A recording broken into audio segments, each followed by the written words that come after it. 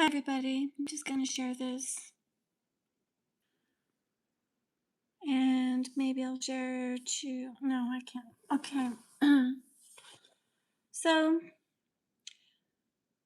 I want to talk about um, the this video here by Chabos, and he's saying that Ukraine desperately deployed its last reserves to stop the onslaught of the Russian forces taking Konstantinovka. They failed. Footage of scarce Ukrainian armor being sent towards the city in a suicidal attempt to stem the Russian tide is emerging. They were all destroyed. Okay.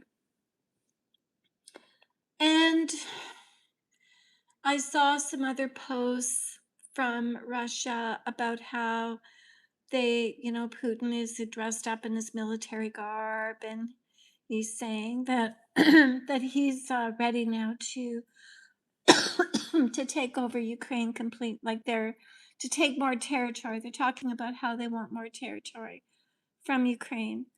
And so viewer discretion is advised. This is strictly my interpretation of what I see, in the whole geopolitical arena.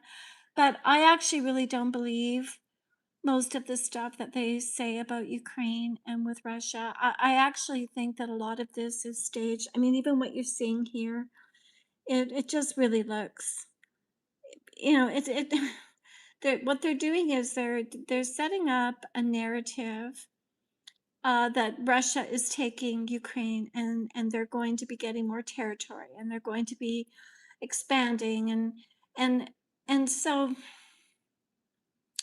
personally myself, though, I think that that narrative really relates to Canada.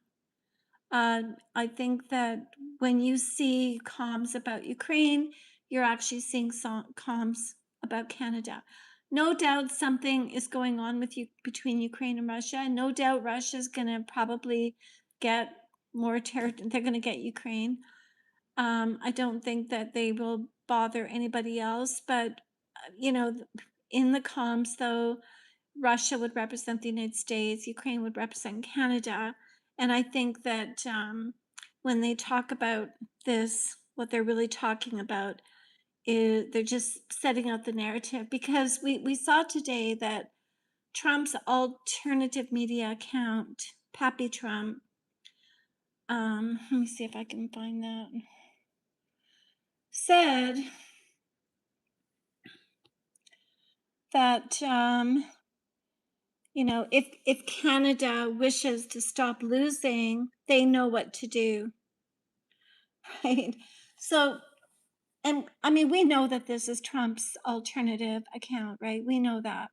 So I think that what's happening is we're going to see an escalation now in the 51st state rhetoric coming from Trump and his team. We're going to see Ottawa. We're already seeing Mark Carney in his comms basically getting a little bit more warm and friendly towards pipelines.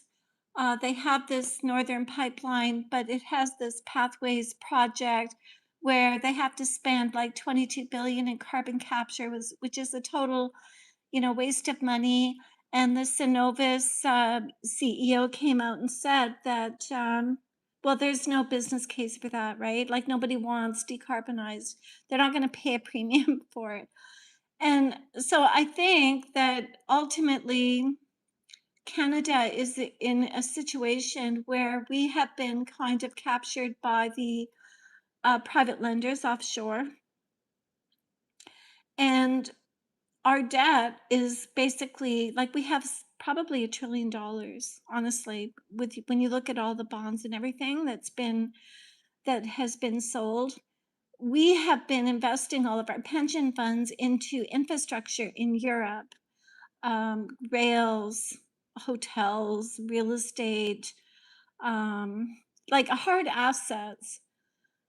But the Wicked Stepmother's system is a very highly leveraged financial system. It's the shadow banking system. So it's not that the euro dollar market is not under the purview of the United States. It's not under the purview of the Federal Reserve or the Treasury is tracking it and watching it, but it's not a solid financial system. It's a system that is extremely leveraged with derivatives to the tune of $500 trillion in derivatives. And they have no resources. And they have, they're very, they're very shaky. Like Germany is losing 300 to 500 businesses a day are going bankrupt in Germany, right? So, and here's Canada with all of our pension funds invested there, and we're also borrowing from them. We're lending to them, and we're borrowing in the form of these maple bonds as well. So we are completely stuck with them, and they think they own Canada with the King's Privy Council, and because of that, we also are trapped with them in insurance. We have to rely on the wicked stepmother for insurance.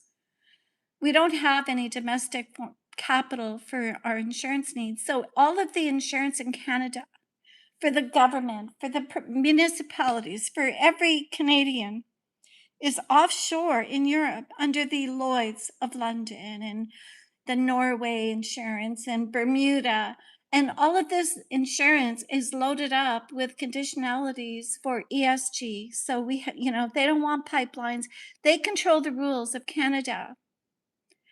And and this system is under a lot of scrutiny by Scott Bessent, and we have seen plenty of their banks actually. Hi, old white guy. Hi, Susie.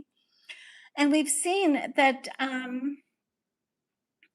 like BNP Paribas and Credit Suisse and Mbet Bauer, like so many of their banks have been, shut down or cut off from US dollar and SWIFT because of the corruption with them and the Eurodollar market, where it's all these secrecy jurisdictions that Europe allows companies to go there and put their money into their clearing centers like Jersey, like Guernsey Island. There's about 5 clear Brussels. And so Canadian companies, all our supply management cartel companies, they register their companies over there. It's under asset management. All their brands and everything are offshore in Europe. And then they send all their profits over there. So they don't have to pay taxes and borrow from themselves. They don't even engage with our retail banking. So what I'm trying to say is that all of our supply management cartels, everybody is captured by this wicked stepmother in Europe. And Ottawa doesn't really have any strength to deal with this problem. And now the United States is once again turning up the volume on the 51st state. We know that Pappy Trumpo is Trump's alt media account. and we see Russia turning up the volume on Ukraine, which means that America will now be turning up the volume on Canada. And this is coming. And we are not going to be able to, we will not be able to do anything about it. Like, we are going to be joining the United States. And I'm not sure, I think it's the only way that we can kind of survive, to be honest, because Europe is not going to be given, like, they are already energy starved. Today, Dmitry Medvedev said on Telegram that they are considering the other choke point, which is the one that's in the Suez Canal, Babi, or I don't know how to pronounce it, but anyways, like, they're turning up the volume on Europe to surrender.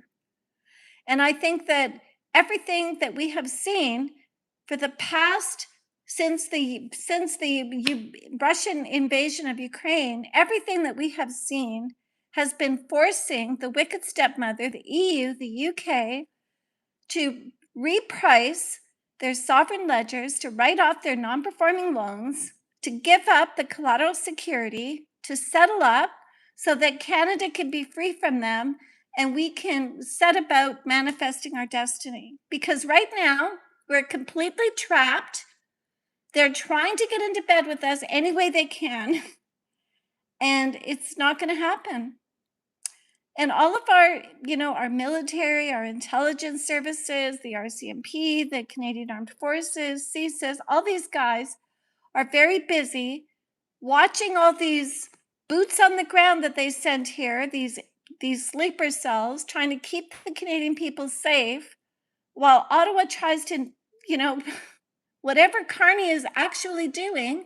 I hope that he's trying to get our money out of Europe so we can develop our own country and just mind our own business and join the United States and maybe be able to develop the continent.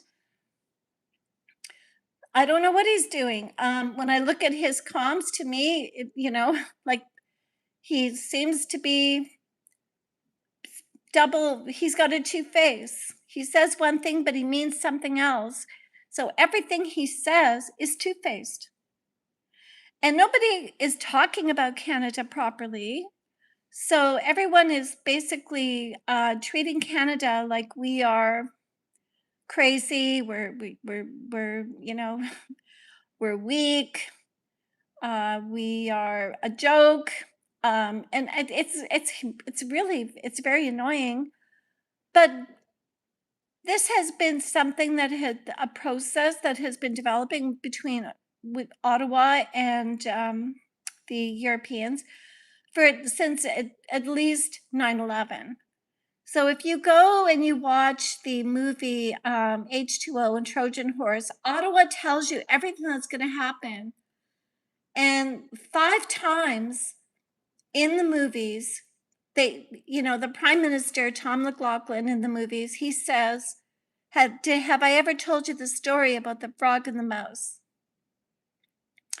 And in that fable, there's a little mouse chatting with a frog every day, and the frog says, "Hey, how about if you come with me across the river? I'll take you across the river." And the mouse finally one day says, "Okay, I'll tie myself up to you, and you can take me across the river." So as they're crossing the river, all of a sudden, a hawk comes out of nowhere and swoops down and eats them both. So it's as if to say that Ottawa kind of knew after 9/11 that they had to have a strategy to deal with the wicked stepmother. And so they basically have been sabotaging by getting deeply involved to bring the whole thing down, because her system is extremely interbank related, very sophisticated. It's almost indestructible. Her powers. She is an ancient power, very, very powerful financially. The euro dollar market, which if you don't know what euro dollars are, the main currencies of Europe are euro dollars, euros, the pound, the Swiss franc, but they're not. The main currency is the euro dollars, and they are US dollars that are deposited offshore and then leveraged up. And so, and they can create these US dollars themselves in Europe, and they have done that, and they're US dollars, but they're offshore US dollars, and they're not under any supervision by the Federal Reserve or the Treasury. And this is called the shadow banking system. And that system, nobody really knows how big it is because it's not under any real authority. So it's, well, they say that it's an $88 trillion market. And this system relies on liquidity. It needs money to keep it flowing all the time. And when they run into problems, they just go to one of their, Guernsey Island or the Caymans or Brussels. They package up a special purpose vehicle. They use derivatives to package this up, and they just leverage it up. So they write off the non-performing loans, clear up the balance sheet, and leverage up some more. And it's an extremely tight system, but the weakness is that they need liquidity, a lot of liquidity to keep it going, so that because as soon as one private credit company, bank, starts to default, it triggers contagion really fast, and they can't print US dollars. So unless the US bails them out, they can get into trouble very, very quickly. And that's what happened in 2008. And under Bernanke, he bailed them out, but to the tune of $700 billion at the time. But this time, there's no bailout for them. And Canada, with all of our pension funds and corporate pension funds invested over there, we are so exposed because of that. Ottawa really there's nothing they can do. Now, I have been talking about the Rideau Cottage for quite some time because it's part of my Snow White theory, right? Which I tie back to the Q drops, because in the Q drops, we know that double meanings exist, right? So we figured out that they represented the supercomputers in the United States, but I also think that that those drops that talk about Snow White actually represent Canada as well, and the Wicked Stepmother, Godfather 3. So I think that I think that this has been something that's been planned for a long time, and now it's all going to come together now. It's all going to come together for Canada and the United States, because it doesn't make, there's no business for us to have with Europe. I mean, if you are running a country, you need to have critical inputs to be a successful country. You need to be able to provide the things that you need: food, energy, manufacturing, steel. You need to be able to grow your food, all these things. Well, the Wicked Stepmother system is a system of imperial financial power. Her system, her free trade system, is about everybody offshore, everybody far shore, everybody, have a multilateral trade agreements. Don't deal one-on-one. Whereas the American system of political economy is about sovereignty. It's about developing to be a self-reliant country, where if somebody wants to trade with your country, if they want something, your goods and services, then they pay a tariff. And so rather than taxing your own population, you tax the incoming foreigner who wants to do business with you. You put the tax offshore instead of your resources offshore. Because what's happening to Canada right now is we are actually offshoring our resources. Carney seems to be saying, he seems to want to offshore everything. We're going to dig it up out of the ground and then send it away for private lenders. We have sovereign debt, and we need to roll that debt over. And when you can't sell the new debt to pay off the old debt, that's when the collapse happens. That's what Martin Armstrong says. So Ottawa is worried about a sovereign debt crisis. And America holds cards because they're the only ones who can actually print pristine collateral security, which is US Treasuries.